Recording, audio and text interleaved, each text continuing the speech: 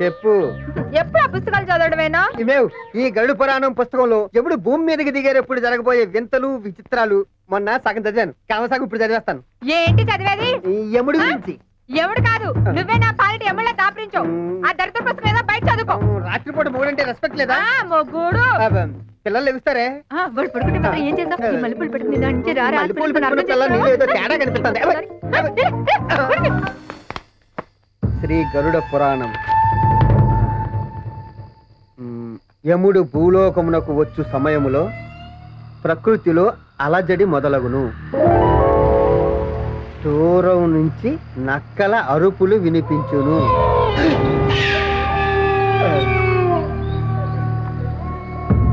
విపరీతమైన ఈదురుగాలులు వీచును.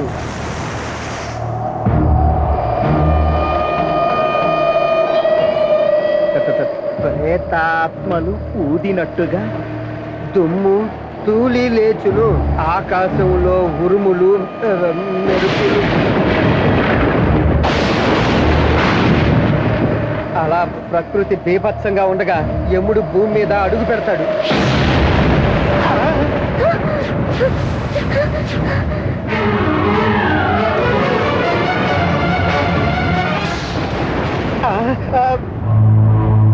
మిత్రమా, ఏమది? గరుడ పురాణం మనలోకమునకు సంబంధించినదే. బాగు బాగు, దీని గురించి మానవులు తెలుసుకొనుట మంచిదే. ఎంత పెద్ద పాదాలు!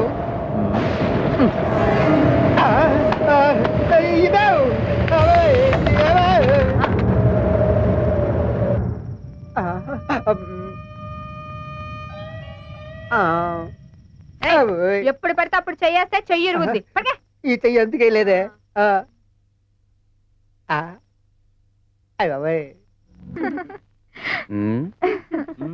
రసికుడే. మీరు మాత్రం తక్కువ ఏంటి? నారాయణ నారాయణ.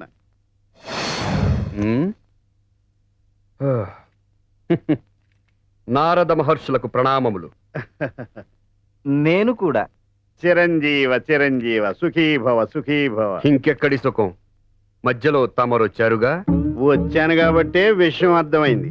ఇంతకాలం యోగమన్నా భోగమన్నా ఇంద్రుడిది అనుకున్నాను. ఇప్పుడు ఈ కాంతామణుల సుఖ సౌఖ్యాలతో ఆయన్నే మించిపోయారే. అందిన అదరామృతం చేజారినుగా. ప్రస్తుతానికి చేయి జారినా ఆ సుందరీమణులు మిమ్మల్ని విడిచిపెట్టరులే. అయినా మీ ఇంట వంటాలేని ఇలాంటి వ్యవహారం మీకెలా అబ్బింది మనవాళ్ళు? మీరంటే సన్నాసులు, కానీ మేము యువకులము, పైగా రసికులము. ఆ శృంగారం కాస్త శృతి మించి సమరం వరకు రాకుండా చూసుకోండి. రంభా ఓరసి మేనకా తిలోత్తముల మనవరాళ్ళని మీ అంతఃపురానికి తీసుకొచ్చి కాలు కాలు కలిపి నాట్యం చేస్తే అది కాస్త ఇంద్రుడికి తెలిస్తే అప్పుడు వస్తుంది కలహం, ఇంద్రుడితో సమరం. కలహభోజులు మీరెచ్చట ఉండగా ఇంద్రునికి ఎలా తెలియనులే ఈ విషయం. నేను కలహాలు పెట్టేవాడిని అయితే మీ గురించి ఇంద్రుడికి చెప్తాను గాని ఇంద్రుడు మీ యమలోకం వచ్చాడని చెప్పడానికి వస్తానా?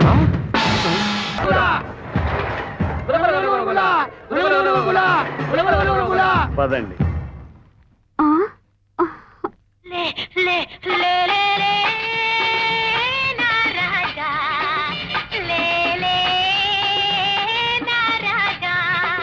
లేవనంటావా, నన్ను లేపమంటావా, నిద్ర లేవనంటావా, నన్ను లేపమంటావా.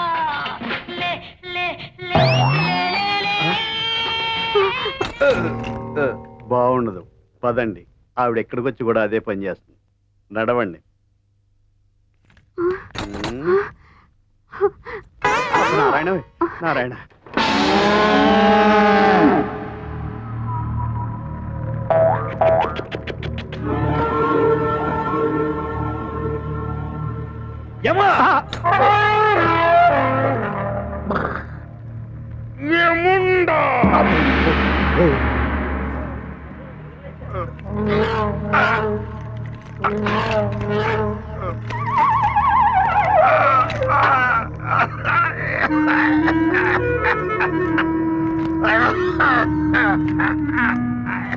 మంచి నీళ్లు వస్తున్నాను స్వామి. జలము తెచ్చుతుంటే ఒక్క నిమిషం గ్రహించుకున్నాను. సేవింపుడు ఈ వింజామరలతో వీచువారు బత్తాలు ఇవ్వలేదని పని ఎగ్గొట్టినారు. ఆ గదగోళ ఎందుకు స్వామి? ధర్మరక్షణ దురంధరుండ సకల పాపకోటి భయంకరుండ దేవగణ పూజిత దిక్పాలకుండ నరకలోక పరిపాలకుండ యముండ.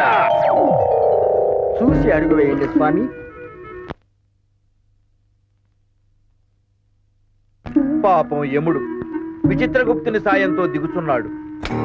పొరపాటు, వారు ఒకరికొకరు సహాయం తీసుకుని దిగుచున్నారు. ఈ అకాల సమయమున నారదుడు ఇంద్రుడు ఎందుకు వచ్చినారు? మిత్రమా దేవేంద్ర స్వాగతం. నారద మహర్షులకు సుస్వాగతం. నారాయణ, నిన్ను దర్శించి ఎంతకాలమైనది మిత్రమా? ఎలా ఉండేవాడు, ఎలా అయిపోయావు? వారికి ఈ మధ్య రక్తపోటు పంచదార వచ్చి ఉన్నవి. ఓహో, ఆ కారణముగానే ఇటీవల కాలంలో గద లేపుటయే కష్టముగా ఉన్నది. రక్తపోటు. ఓ, విచిత్రగుప్త స్వామి, ఈ పని నీవు చేయుచున్నావేమి? మీ సోదరుడు చిత్రగుప్తుడు ఎక్కడా? మనోచింత అనే వ్యాధితో సెలవు పెట్టి మనమంతర కాలమైంది. ఇదిగో హాయిగా ఈ పెట్టెలో దూరి విశ్రాంతి తీసుకుంటున్నాను. ఏమిది? కప్ప? కప్ప కాదు స్వామి, మా అన్నగారే మీ ఇరువురికి నమస్కారాలు చెబుతున్నారు. ఇదిగో. దేవేంద్రుల వారికి నారద మహర్షులకు ప్రణామములు. ప్రణామములు ప్రణామములు. కప్పం. గదలేపుటకే శక్తి సన్నగిల్లిన ఈ తరుణంలో మీ శ్రమ చూసి నా మనసు పరితాపము చెందుతున్నది మిత్రమా. పరితాపము చెందినంత మాత్రమున ప్రయోజనమేమున్నది మిత్రము. పాపులకే నరకముగా ఉన్న ఈ లోకము మాకు కూడా నరకప్రాయముగానే తొలుతున్నది సుమా. అయినను మీకు విచారం ఎలా యమధర్మరాజా? మీ కుమారులకి పట్టం కట్టి మీరు విశ్రాంతి తీసుకుని వచ్చును కదా. నేను కూడా అటులనే యోచించింది.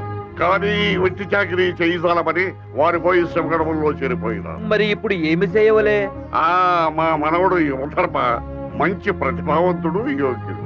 అతనిని పట్టాభిషక్తుని చేయవలనని యోచించింది. ఇంత చిన్న వయసులో అంత కార్యభారం అతను మోయగలడా? అతనికి కుడిభుజంగా మా చిత్రగుప్తుని మనవడు గుప్తాన్ని వినియోగించింది. వారిరువురు సమవయస్కులు, మంచి మిత్రులు కూడా స్వామి. ఒక్క మాటలో చెప్పాలంటే వారిరువురు కార్యకాముకులు. వారును మాలాగుననే అన్నమాట. మీ అంత కాముకులు కారు. విచిత్ర రండి, వారిని చూపించేదను. అలాగలాగా. అలాగే అలాగే. నారాయణ నారాయణ నారాయణ నారాయణ. స్వామి తమరు కలహ భోజనైనా నన్నే గుర్తుపట్టలేదా దేవేంద్ర? మన్నించండి మహర్షి. ఏ యుగంలోనూ గడ్డంతో చూడని మిమ్మల్ని ఇలా చూచి ఏ బైరాగో భిక్షువో అనుకున్నాను. ఇంతకీ ఈ గడ్డం ఏమిటి స్వామి? జ్ఞానం పెరుగుతుందని తపస్సు చేశా. గడ్డం పెరిగినది. అడ్డంగా లేదు కదా, అలంకారంగా ఉందని వదిలేశా. ఏం బాలేదా? బాగు ఏదో ఒకటి పెరిగినదిగా సంతోషం. బృహస్పతుల వారు సరిగ్గా సెలవిచ్చారు. అవును, అనుకోకుండా తాటిపండు ఊడిపడ్డట్టు ఊడిపడ్డారు. నా పదవికేమీ ముప్పు లేదు కదా? అంటే ఏ పుల్లటడానికో కరటానికో వచ్చాననే కదా మీ అభిప్రాయం? ఏదో నా భయం నాది. మహర్షులు రాక వచ్చారు. ఏమిటి విషయం? అక్కడ మీ మిత్రుడు యమలోకాధిపతి పాపులకు శిక్షలు వేసి వేసి అలసిపోయి కృంగి కృషించి హీనమైన స్థితిలో ఉన్నాడు.